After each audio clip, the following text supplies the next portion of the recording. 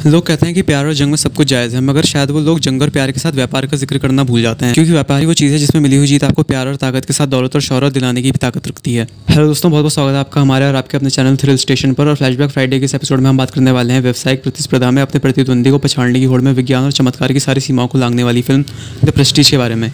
दोस्तों, the Prestige film 1995 में Christopher pressed के नॉवल द प्रेस्टीज पर बेस्ड है और इसके क्रिएटर हैं मशहूर डायरेक्टर और राइटर क्रिस्टोफर नोलन, जो अपने अनोखे कॉन्सेप्ट्स और स्टोरीज के लिए जाने जाते हैं। आगे बढ़ने से पहले हम आपको बताना चाहेंगे कि इस वीडियो में फिल्म के ओवरऑल कॉन्सेप्ट को समराइज किया गया है, इसलिए आपको फिल्म के क्लाइमैक्स से जुड़े स्पॉयलर्स की फिक्र करने की जरूरत नहीं है। हालांकि अगर आपको इस फिल्म की स्टोरी के बारे में थोड़ा सा भी आइडिया नहीं है और आप थोड़े बहुत माइनर स्पॉयलर्स भी नहीं सुनना चाहते, तो आप ये वीडियो आगे ना देखें।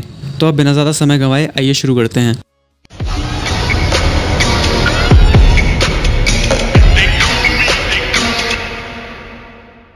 दोस्तों, द प्रेस्टीज एक पीरियड फिल्म है जिसकी शुरुआत होती है 1890 के दशक यानी थॉमस एडिसन और निकोला टेस्ला जैसे महान वैज्ञानिकों के युग से, जहां जॉन कटर नाम के एक इंजीनियर मैजिक ट्रिक्स और उन ट्रिक्स को करने के लिए जोरी साजो सामान का निर्माण करते हैं। इन ट्रिक्स को सजाकर स्टेज पर पेश करने का काम करते हैं मशहूर जादूगर रॉबर्ट एंजर, जिन्हें द ग्रेट डेंटन के नाम से भी जाना जाता है। एक दिन ऐसी एक टेलीपोर्टेशन ट्रिक करते वक्त एक हादसे में रॉबर्ट एंजर की मौत हो जाती है, जिसका जिम्मेदार ठहराया जाता है अल्फ्रेड बॉर्डन को, जो पेशे से खुद भी एक मैजिशियन होते हैं। रॉबर्ट एंजर की हत्या के जुर्म में अदालत अल्फ्रेड बॉर्डन को फांसी की सजा सुनाती है, जिसके बाद अल्फ्रेड बॉर्डन अपनी बेटी की कस्टडी अपने भरोसेमंद मैनेजर बर्नार्ड फैलन को सौंप देते हैं। अब क्योंकि अल्फ्रेड बॉर्डन खुद भी रचनाकार जादूगर थे, इसलिए उस दौर के रईस व्यापारी और जादूगरी की चीजों को जमा करने का शौक रखने वाले कलेक्टर लॉर्ड कैडलो अल्फ्रेड बॉर्डन के ट्रिक्स को खरीदने का प्रस्ताव भेजते हैं। यहाँ से फिल्म में एक रिवर्स टाइम जंप होता है, जिसमें हमें पता चलता है कि रॉबर्ट एंजर और अल्फ्रेड बॉर्डन दोनों ही पहले जॉन कटर के साथ काम किया करते थे और मैजिक शो के दौरान ऑडियंस में घुल मिल जाते थे, ताकि जब जादूगर मिल्टन को वॉलंटियर की जरूरत पड़े तो दोनों स्टेज पर जा सके और ऑडियंस में से कोई शख्स जॉन कटर की ट्रिक को खराब ना कर सके। अल्फ्रेड बॉर्डन और रॉबर्ट एंजर दोनों ही अच्छे कलाकार थे, लेकिन दोनों ही काम करने का तरीका एक दूसरे से पूरी तरह अलग था। बॉर्डन अपने काम के साथ नए एक्सपेरिमेंट्स करना चाहते थे, जबकि एंजर आसान ट्रिक्स को खूबसूरत बनाकर ऑडियंस को एंटरटेन करने का हुनर जानते थे।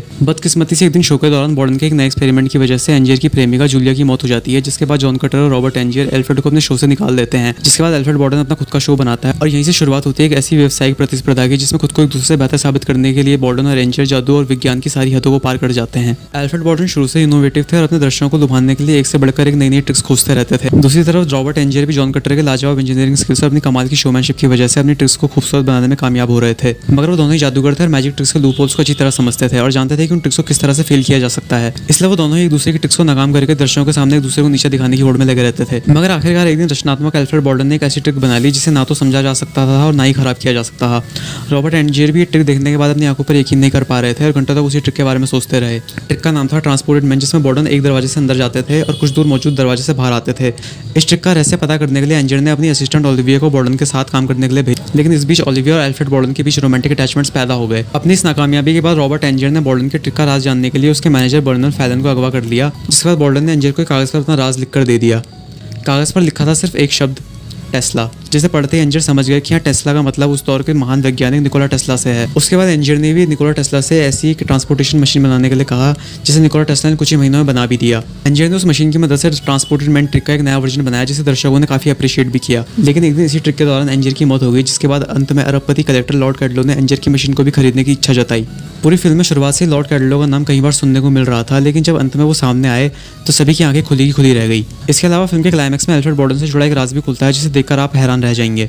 अब वो राज क्या है, अंत में बॉर्डन को फांसी हुई या नहीं, और व्यावसायिक प्रतिस्पर्धा के इस खेल में कौन जीता और कौन हारा, इन सब सवालों के जवाब तो आपको पता ही होंगे अगर आपने फिल्म देखी है। और अगर आपने किसी वजह से अब तक ये फिल्म नहीं देखी है तो इन सब सवालों के जवाब जानने के लिए आप ये फिल्म देख सकते हैं। फिल्म की कहानी बहुत ही आश्चर्यजनक है, जिसे बहुत ही खूबसूरती के साथ स्क्रीन पर उतारा गया है। इस फिल्म की सबसे रोचक बात यह है कि इसे 3 अलग कड़ियों में यानी 3 अलग अलग टाइमलाइंस में शुरू किया जाता है, जो इस फिल्म के मेन टॉपिक यानी मैजिक के 3 आयामों को दिखाता है, जिन्हें द प्लेज, द टर्न और द प्रेस्टीज कहा जाता है। पहली टाइमलाइन वो है जिसमें एंजर और बॉर्डन दोनों ही जॉन कटर के साथ काम किया करते थे। दूसरी टाइमलाइन वो है जिसमें बॉर्डन अपनी ट्रिक का राज एंजर को बता देता है और एंजर भी निकोला टेस्ला से ट्रांसपोर्टेशन मशीन बनाने को कहता है। तीसरी टाइमलाइन वो थी जिसमें एंजर निकोला टेस्ला की मशीन से मैजिक ट्रिक करते हुए मारा जाता है और बॉर्डन पर उसके खून का इल्जाम लगता है। पूरी फिल्म में तीनों आयाम समानांतर चलते हैं और पास्ट और प्रेजेंट में स्विच करने के लिए फिल्म में 146 टाइम जंप्स डाले गए हैं, जो कि अपने आप में एक बहुत बड़ी बात है। लेकिन यहाँ पर वाकई तारीफ करनी पड़ेगी क्रिस्टोफर नोलन के डायरेक्शन की, जिन्होंने तीनों ही टाइमलाइंस को इतनी खूबसूरती से सजाया है कि आप ये फिल्म देखते वक्त कहीं पर भी तीनों समय आयामों के बीच में कंफ्यूज नहीं होते, क्योंकि ज़्यादातर सभी समय आयामों के सीन्स वहीं से शुरू होते हैं जहाँ पर वो पिछले सीन में खत्म हुए थे, जिस वजह से फिल्म को समझने में ज़्यादा परेशानी नहीं होती। क्रिस्टोफर नोलन के डायरेक्शन की सबसे खास बात यह है कि उन्हें दर्शकों के दिमाग से खेलना बखूबी आता है।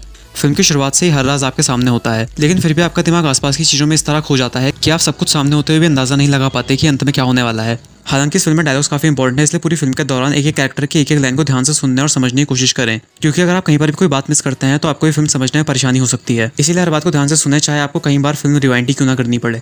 और अगर आप ऐसा करते हैं तो आप आसानी से पहली बार में ये फिल्म समझ सकते हैं। वैसे तो इस फिल्म को एक सिंगल टाइमलाइन में ही बनाया जा सकता है, मगर ऐसा करने से फिल्म अपना सस्पेंस भरा क्लाइमैक्स खो सकती थी, जो कि बेशक डायरेक्टर क्रिस्टोफर नोलन नहीं चाहते थे। आपको बता दें कि शुरुआत में डायरेक्टर सैम मेंडिस ने इस फिल्म को डायरेक्ट करने की इच्छा जताई थी, मगर क्रिस्टोफर नोलन की मोमेंटो और बैटमैन बिगिंस से इंप्रेस होने के बाद द प्रेस्टीज नॉवल के राइटर क्रिस्टोफर प्रेस्ट चाहते थे कि इस फिल्म को क्रिस्टोफर नोलन ही डायरेक्ट करें। फिल्म की सिनेमेटोग्राफी और स्क्रीन प्ले काफी अच्छा है, और हो भी क्यों ना, इस फिल्म का स्क्रीन प्ले लिखने में डायरेक्टर क्रिस्टोफर नोलन और उनके भाई जोनाथन की पूरी 5 साल की मेहनत लग गई थी। इसके अलावा फिल्म की लोकेशंस और कॉस्ट्यूम्स भी बिल्कुल परफेक्ट हैं और अर्ली 20th सेंचुरी के दौर को बखूबी दर्शाते हैं। फिल्म की सेट्स की बात की जाए तो बेशक डायरेक्टर क्रिस्टोफर नोलन की फिल्म है, तो सेट्स में तो कोई कमी होने का सवाल ही नहीं उठता। इस फिल्म के सारे सेट्स डायरेक्टर क्रिस्टोफर नोलन ने अपने खुद के गैराज में बनवाए थे, ताकि वो फिल्म की स्क्रिप्ट लिखने के साथ साथ फिल्म के सेट्स को अपनी इमेजिनेशन के अकॉर्डिंग डिजाइन करा सकें। फिल्म में कैरेक्टर्स भी काफी लिमिटेड ही हैं, और जिस तरह का फिल्म का कॉन्सेप्ट है उसे देखते हुए ज्यादा कैरेक्टर डेवलपमेंट की भी जरूरत नहीं पड़ी। इसलिए दर्शक के तौर पर आपको कम से कम उस डिपार्टमेंट में तो साथ दिमाग लाने की जरूरत नहीं पड़ेगी। एक्टिंग की बात करें तो सभी एक्टर्स ने अपना काम बड़ी खूबसूरती से किया है। खासकर तारीफ करनी पड़ेगी क्रिश्चियन बेल और ह्यू जैकमैन की, जिन्होंने व्यावसायिक प्रतिस्पर्धा में खुद को एक दूसरे से बेहतर साबित करने की रेस में लगे दो जोशीले युवाओं के जीवन को हूबहू पर्दे पर उतार दिया है। इनके अलावा फिल्म में स्कारलेट जॉनसन और रेबेका हॉल ने भी अपने हुनर का लोहा मनवाने में कोई कमी नहीं छोड़ी है। एक्ट्रेस पाइपर पैराबो का रोल थोड़ा कम जरूर था, लेकिन जितना उन्हें दिया गया था उन्होंने उसे काफी अच्छी तरह से निभाया। इनके साथ ही क्रिश्चियन बेल के साथ बैटमैन बिगिंस के बाद दूसरी बार काम कर रहे एक्टर माइकल केन की परफॉर्मेंस भी काफी दमदार थी। हालांकि फिल्म में वैज्ञानिक निकोला टेस्ला के रोल के लिए डेविड बॉवी को उनकी सेक्स सिंबल पर्सनैलिटी की वजह से एक अच्छा विकल्प नहीं माना जा रहा था, मगर उन्होंने अपनी लाजवाब एक्टिंग से सभी को गलत साबित कर दिया। मैजिशियन मिल्टन का रोल किया है रिकी जे ने, जो एक रियल लाइफ प्रोफेशनल मैजिशियन है। आपको बता दें कि रिकी जे इस फिल्म के टेक्निकल एडवाइजर भी थे, और उन्होंने इस फिल्म के लिए क्रिश्चियन बेल और ह्यू जैकमैन को स्टेज परफॉर्मेंस की बारीकियां सिखाई थी। फिल्म के ड्रॉबैक्स की बात करें तो ओलिविया बॉर्डन के बीच किस तरह एक दूसरे के लिए रोमांटिक अटैचमेंट्स डेवलप हुए वो सब फिल्म में दिखाया ही नहीं गया। इसीलिए जब ओलिविया एंजियर को बताती है कि वो बॉर्डन से प्यार करने लगी है तो सीन के साथ कनेक्ट कर पाना मुश्किल था। यहाँ पर ये समझ नहीं आ रहा था कि ओलिविया सच कह रही थी या झूठ, क्योंकि फिल्म में ऐसा कुछ भी नहीं दिखाया गया था जिससे पता चले कि ओलिविया वाकई बॉर्डन से प्यार करती भी थी या नहीं। अगर ओलिविया और बॉर्डन का एक दूसरे की तरफ अट्रैक्ट होना फिल्म में अच्छी तरह दिखाया गया होता तो शायद फिल्म की ड्यूरेशन को 15 से 20 मिनट तक बढ़ाना पड़ सकता था, और बेशक दर्शकों को शुरुआत से अंत तक फिल्म से जोड़े रखने के बदले तो ये कीमत कुछ भी नहीं थी। लेकिन फिल्म के क्लाइमैक्स में बॉर्डन से जुड़ा जो राज हमारे सामने आता है उसका बेशक ओलिविया और बॉर्डन की प्रेम कहानी के साथ तालमेल बिठा पाना फिल्म के मेकर्स के लिए एक बड़ी चुनौती हो सकती थी, जिससे साफ तौर पर मेकर्स ने बचने की कोशिश की है। इसके अलावा फिल्म का बैकग्राउंड म्यूजिक भी एवरेज सा ही है, और अगर आप फिल्म को हिंदी डबिंग में देख रहे हैं तो शायद आपको वो भी सुनने को ना मिले। हालांकि ज्यादातर मामलों में फिल्म अच्छी है और रोमांच, प्यार और जादू का एक अनोखा मिश्रण आपके सामने पेश करती है। इस फिल्म के सभी पॉजिटिव्स और नेगेटिव्स को कैलकुलेट करने के बाद हमारी तरफ से इस फिल्म को 5 में से 4 स्टार्स। अगर आपके पास इस फिल्म से जुड़ा कोई और पॉजिटिव या नेगेटिव पॉइंट है तो हमें कमेंट्स में जरूर बताएं। साथ ही हमें ये भी बताएं कि आपने अब तक ये फिल्म देखी है या नहीं, और अगर देखी है तो आपको ये फिल्म कैसी लगी। इस वीडियो में फिलहाल इतना ही। अगर आपको वीडियो अच्छा लगा हो तो इसे लाइक करें, दोस्तों के साथ शेयर करें, हमारे चैनल को सब्सक्राइब करें, और एंटरटेनमेंट इंडस्ट्री से जुड़े लेटेस्ट अपडेट्स के लिए हमें इंस्टाग्राम पर फॉलो करना ना भूलें। आपसे जल्दी मिलेंगे फ्रेंड्स, तब तक अपना ख्याल रखिए। Thanks for watching.